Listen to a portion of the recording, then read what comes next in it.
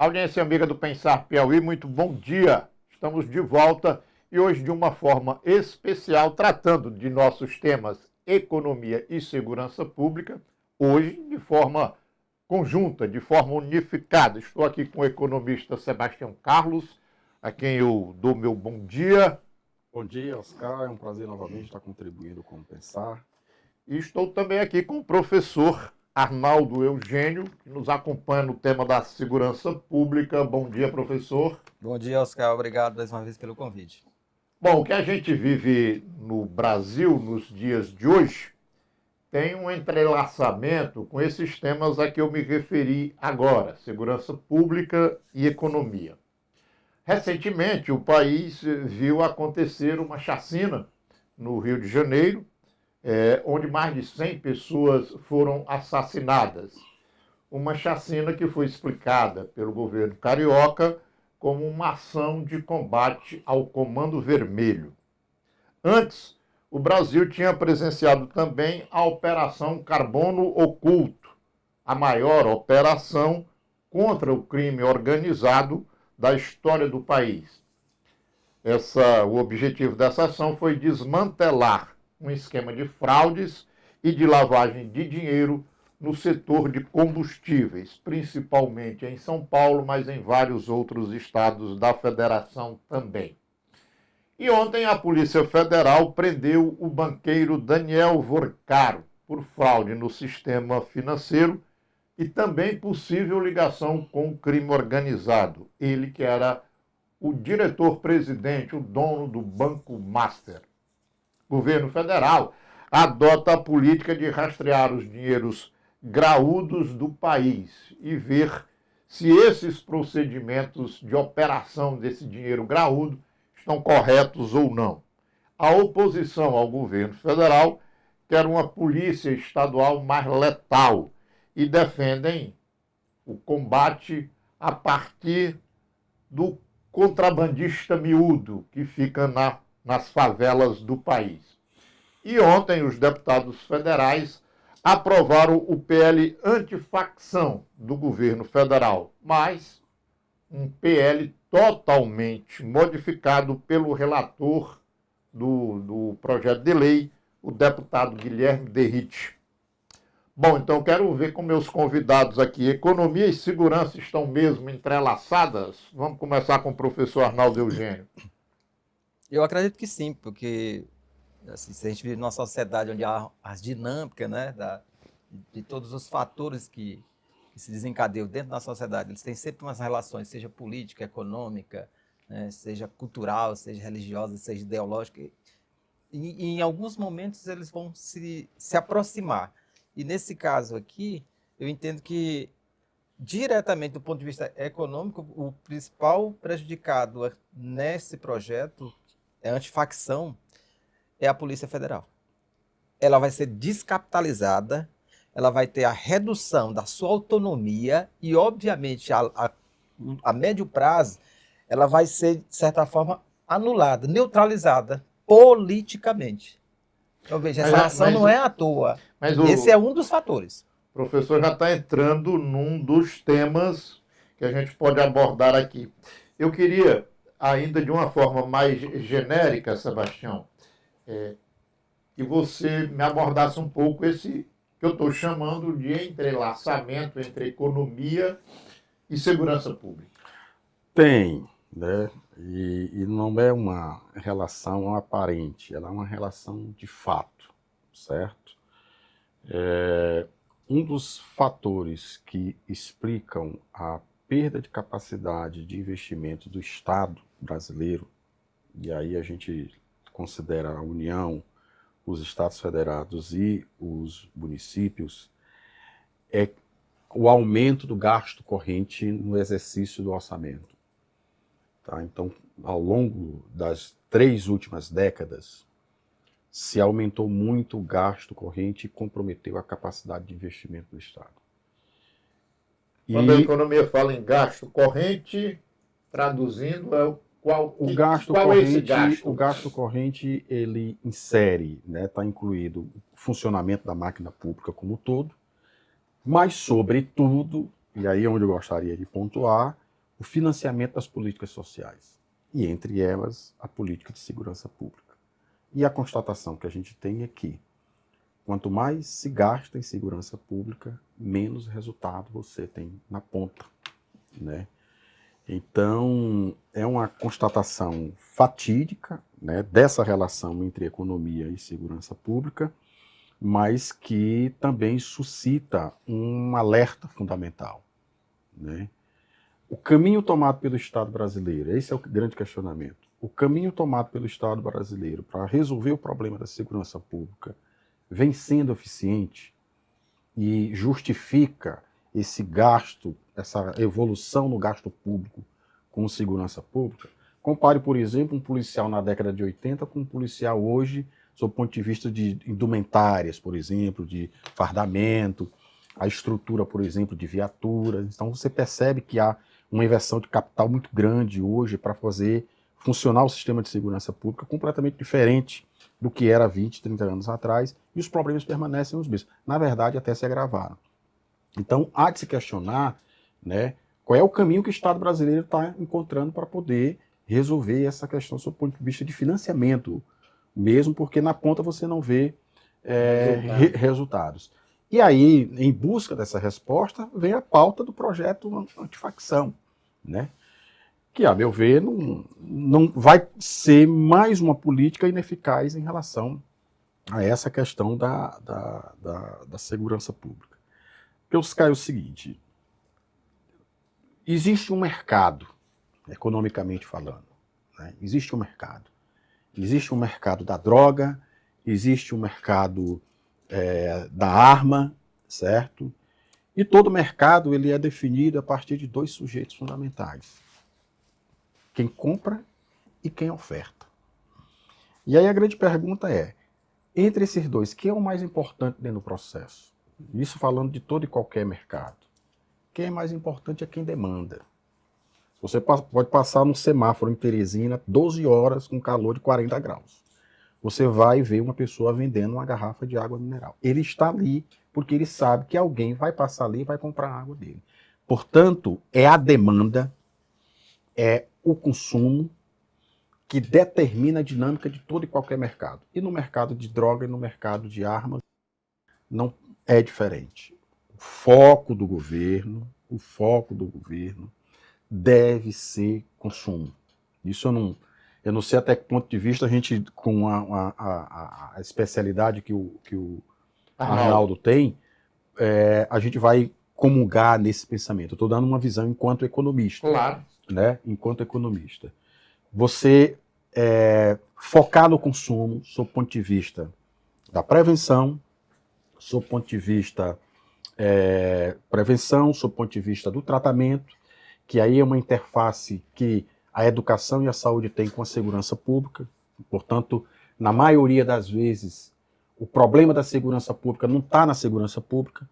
A grande questão é que o que aconteceu no Rio de Janeiro, no Morro, com aquela chacina, é que houve uma falha na cadeia da política de segurança pública como um todo. E nessa cadeia tem vários elos. Tem o elo da educação, tem o elo da relação de emprego, tem o elo da política urbana, tem o elo da saúde. Aí quando todos os elos faliram, não resolvem nada e tudo, bota a polícia para matar o pessoal. Né? E aí o policial, né, a polícia, o quartel, é chamado para resolver um problema de falência de uma cadeia. A faxina social. Vai varrer para resolver um problema de uma falência da cadeia. E o Estado brasileiro, de forma muito ingênua, não consegue entender isso. Aí fica ainda tentando resolver o problema em função do último elo da cadeia. E esquece os elos restantes. Né? Então, a nossa... E aí existem muitos estudos em economia que já demonstram isso. A questão é focar consumo. E quando eu digo focar consumo, não é repressão ao consumo. Não tão somente. Né? Não é a repressão ao consumo. Mas investimentos em educação e investimentos em tratamento. Cracolândia é um problema de saúde. Não é um problema de segurança pública. Né? E tem que ser encarado sob o ponto de vista de segurança e de saúde. Enquanto o Estado brasileiro não acordar para isso, ele vai continuar chovendo no molhado. Eu vou né? Vou indagar agora o professor Arnaldo, depois eu volto para a gente tratar mais um pouquinho sobre o consumo, que você frisou bem aí. Professor Arnaldo, o Sebastião dizia que talvez houvesse divergência entre os pensamentos. A economia Depois da e a exposição sociologia. dele, eu pergunto, viu divergências aí no pensamento ou concordâncias? Não, eu vejo a concordância, porque se a gente olhar como é que o Estado brasileiro ele tem atuado com a segurança, no campo da segurança pública, tem dois aspectos. É sempre isolado de outros setores, é sempre usando a polícia para fazer a faxina social de problemas que vêm de outros setores. A ideia de que eu preciso ter uma polícia truculenta e não inteligente para resolver problemas criminais. Outra, essa ideia de que, isso que ele coloca bem, quanto mais eu reprimir esse consumo, reprimir com força, menos eficaz se torna esse tipo de política, que eu não considero uma política pública, esse tipo de ação do Estado. Uma ação que é tentar controlar à força instintos, desejos, vontades dos indivíduos, que eu posso fazer isso de uma forma mais inteligente. Toda vez que a gente fala de o Estado trabalhar com políticas públicas intersetoriais, já escrevi vários artigos, nós até comentamos sobre isso. Sim. Sempre acho, não, isso não dá certo. É por isso que não dá certo. Essa visão sempre policialesca de resolver problemas sociais através da polícia. Isso não é de hoje. As forças de segurança elas têm sido subutilizadas ao longo do trabalho, ao longo do processo histórico brasileiro, porque sempre se teve essa ideia de que o bom policial é o mais truculento.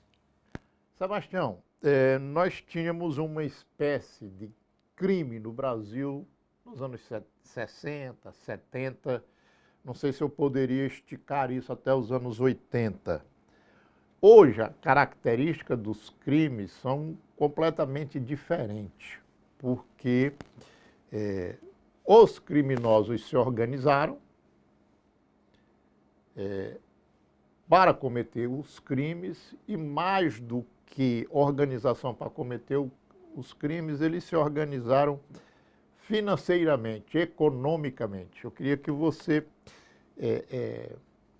falasse um pouco sobre essa situação.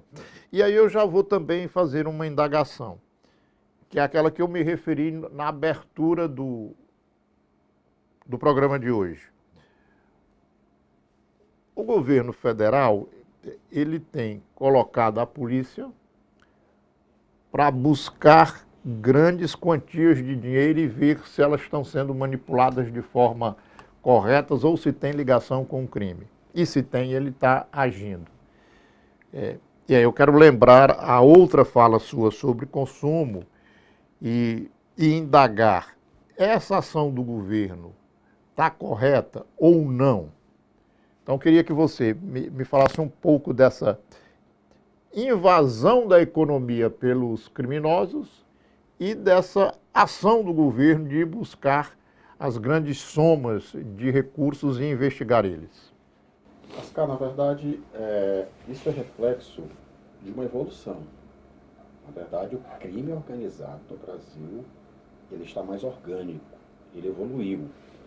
Ele saiu daquele universo da droga, né, traficar maconha, traficar a cocaína, vender arma aqui e tudo, e eles alcançaram outros níveis de atividade econômica. Né? É a comunicação com a internet, a televisão, o fornecimento de gás, né? E continua evoluindo nessa escada das atividades econômicas. Né? Veja só, qual é a sorte do Estado brasileiro? É que o crime organizado no país ele não tem pauta ideológica. Porque se tivesse, meu amigo, o Estado brasileiro estaria numa situação extremamente complicada. O traficante evoluiu, o chefe das facções, eles evoluíram, alcançaram outros níveis de reprodução do dinheiro, do capital, com essas atividades econômicas, mas eles não conseguiram fugir da esfera do dinheiro para a curtição, para fazer o churrasco em cima da laje. Não tem pauta. Política, não tem pauta ideológica. Política, né? Por isso que o projeto Mas antifacção, tem ele não tem... mas tem ligações com políticos. Sim, sim. É por isso que o projeto antifacção, ele não tem razão de ser, de associar esse crime a terrorismo. Porque a Sim. pauta do terrorismo, ele tem um viés de soberania, um viés político, ideológico e tudo. A turma do crime organizado aqui gosta de fazer É churrasco. que é o lucro imediato. Entendeu? E ostentar na internet. Então não como tem, ele não tem pauta ideológica. Essas atividades pauta econômicas. ideológica. Isso quer dominar as atividades econômicas locais e transnacionais. Transnacionais para o tráfico internacional de drogas, de órgãos, de não sei o que mais. Mas essas coisas pequenas que ocorrem no nosso dia a dia, eles também querem, mas é visando sempre o lucro, não chegar ao poder. Eles não querem chegar ao governo, chegar à presidência. Entendeu? Mesmo assim, Oscar e Arnaldo, na medida em que você evolui nessa escada da atividade econômica, em algum momento você vai chegar num nível de relação de poder que você vai tocar nos grandes, né? E aí o governo ele é muito inteligente nesse sentido, né? No sentido de querer identificar qual é o ponto de relação entre a estrutura do poder financeiro, do poder econômico do país com o crime organizado e a partir daí você sufocar isso. É uma saída inteligente. Agora, o grande problema é que esse país, nós temos um Congresso que prefere politizar as pautas do que resolver problema. Então, a proposta do projeto antifacção é muito mais uma proposta política, né, do que uma alternativa para a resolutividade do problema. Muito embora o governo tenha acertado nesse viés, né, de querer identificar realmente os tubarões do crime organizado, né? E aí, quando a gente fala de tubarão, tem a interface com o mercado financeiro, tem interface com grandes grupos empresariais, e não há como não ter interface com a estrutura política de poder. Ok. Se for mais abaixo, você pode ter certeza que a gente vai encontrar um político pelo meio desse negócio. Porque é difícil não ter essa relação. E até porque já foram identificados determinados ocupantes de cargos legislativos que foram financiados. Inclusive, Terezinha tem um exemplo.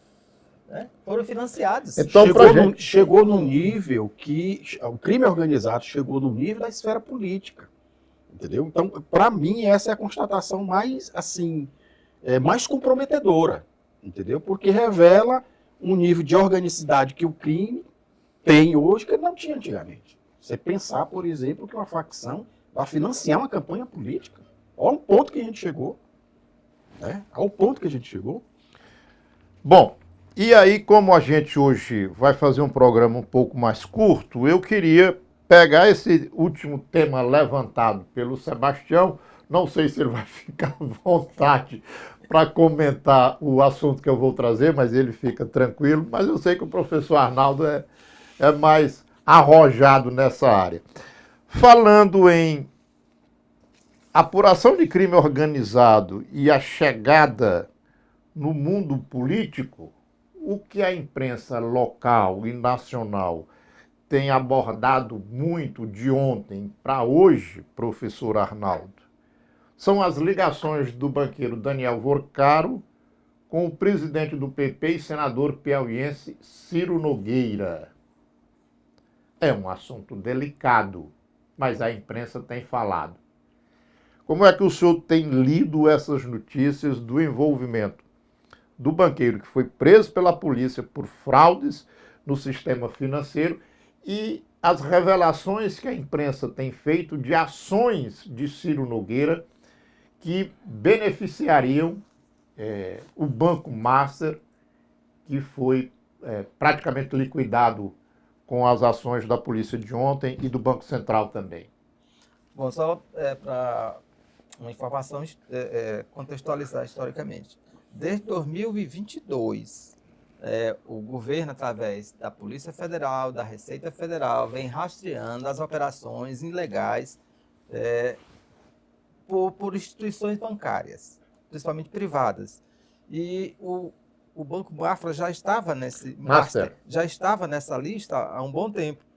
E quando se faz essas investigações, se percebe que a ligação do empresário, do banqueiro, com uma rede política, ela é muito ampla. Isso envolve Brasília, São Paulo, ele é mineiro. Mineiro, inclusive ligado a um time de futebol 30% do Atlético Mineiro é dele.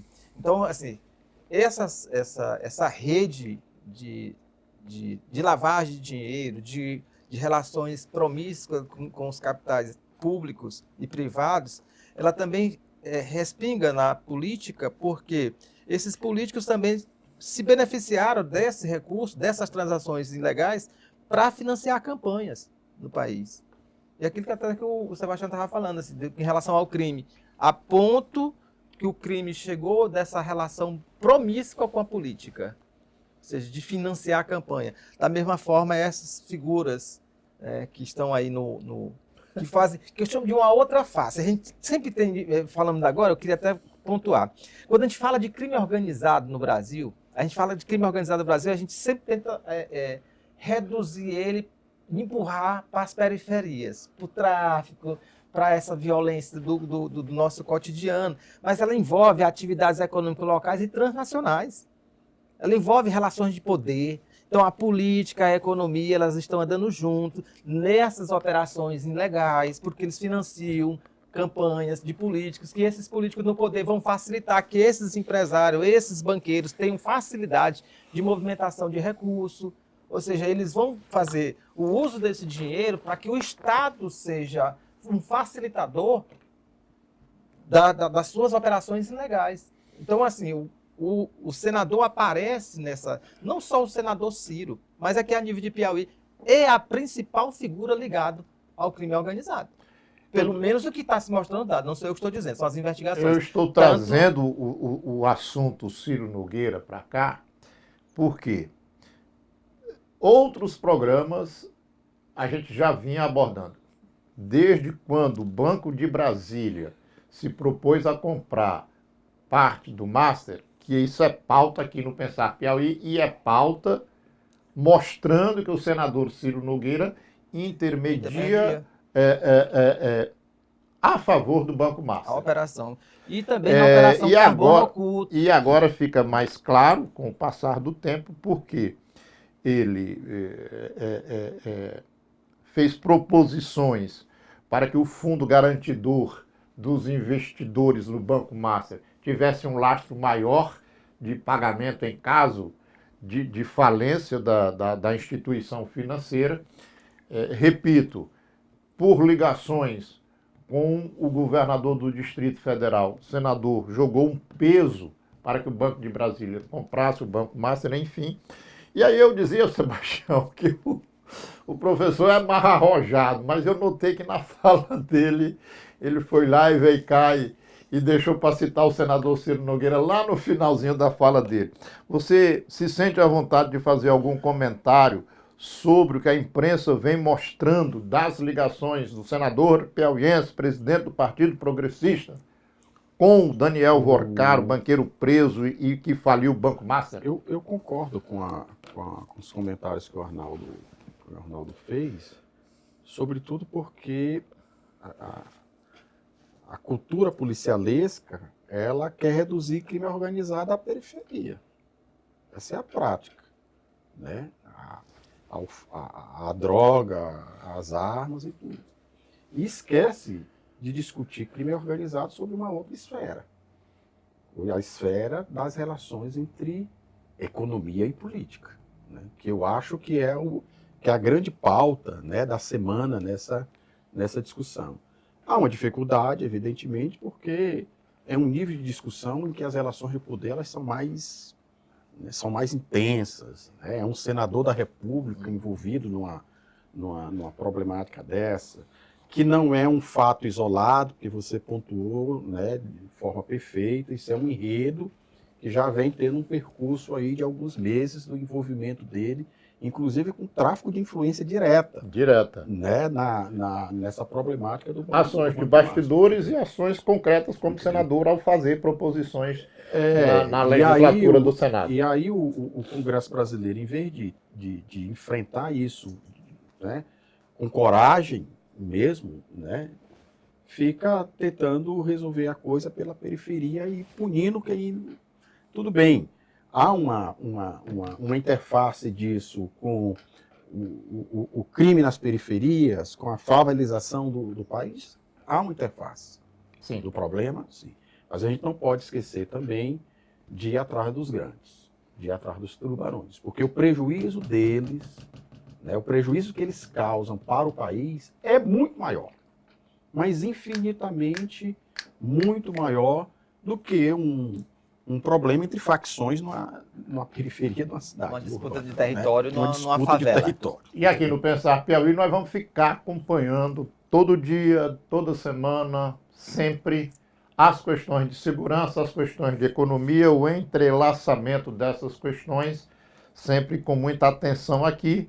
O que for da política nacional estaremos tratando também, mas especificamente o que for de interesse do Piauí vai ter destaque aqui. Eu queria agradecer ao professor Arnaldo pela participação. Muito obrigado. Nem sempre é um privilégio estar aqui com você, principalmente agora com o amigo Sebastião. E queria agradecer ao Sebastião. Mais uma vez, a gente agradece a oportunidade, Oscar, e estamos sempre à disposição. Então é isso, por hoje a gente encerra o nosso programa, que tratou dos dois temas que é trivialmente tratado aqui a cada 15 dias. Segurança pública e economia hoje, tudo junto, tudo misturado. Um grande abraço, até a semana que vem.